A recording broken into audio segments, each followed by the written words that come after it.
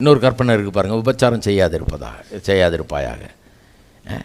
ஒருத்தர் சொல்கிறாரு, என்னங்க எல்லா இடத்துலையும் நடக்கிறது தான் இதெல்லாம் ஒரு பெரிய காரியமா?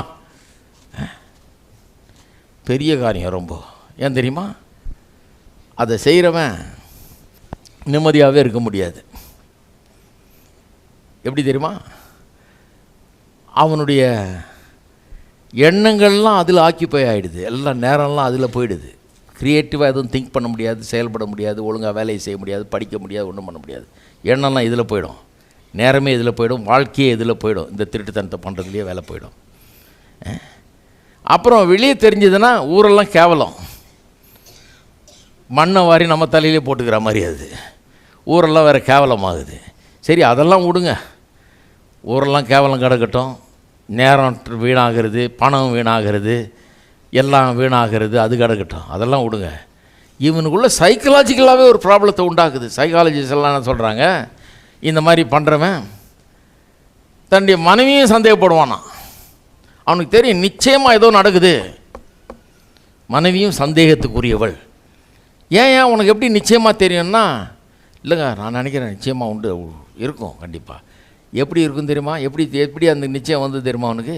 இவன் பண்ணுறான்ல, அப்போ அவன் நினைக்கிறான் மனைவியும் பண்ணுறாப்புல இருக்கு. நான் பண்ணுறதையே தான் இன்னொருத்தரும் பண்ணுவாங்க, நான் பண்ணுறதையே தான் இன்னொருத்தரும் பண்ணுவாங்கன்றது வந்துடுது உள்ள. அதுக்கப்புறம் அவன் நிம்மதி அடையவே முடியாது. சந்தேகத்திலே வாழ வேண்டியதுதான்.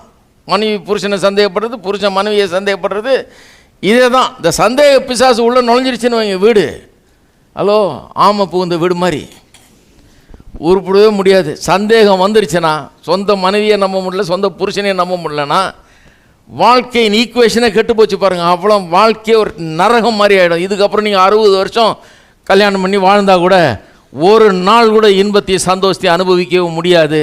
ஏன்னா இந்த அடிப்படை கோளாறு ஒரு பெரிய வாழ்க்கையில் ஒரு பெரிய பிரச்சனையை ஏற்படுத்தி விடுகிறது. மென்டலாக ஒரு பிரச்சனையை ஏற்படுத்தி விடுகிறது. உள்ளத்தில் ஒரு சந்தேகத்தை கிளறி விட்டுறது. நம்முடைய பிஹேவியர் நமக்கு அவனும் கெட்டவன்ற ஒரு நிச்சயத்தை உண்டாக்கிடுது.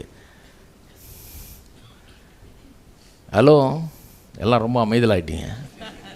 திடீர்னு எனக்கே பயமாயிடுச்சு. என்னடா இருக்கிறாங்களா, எல்லாம் உயிரோடு இருக்கிறாங்களா?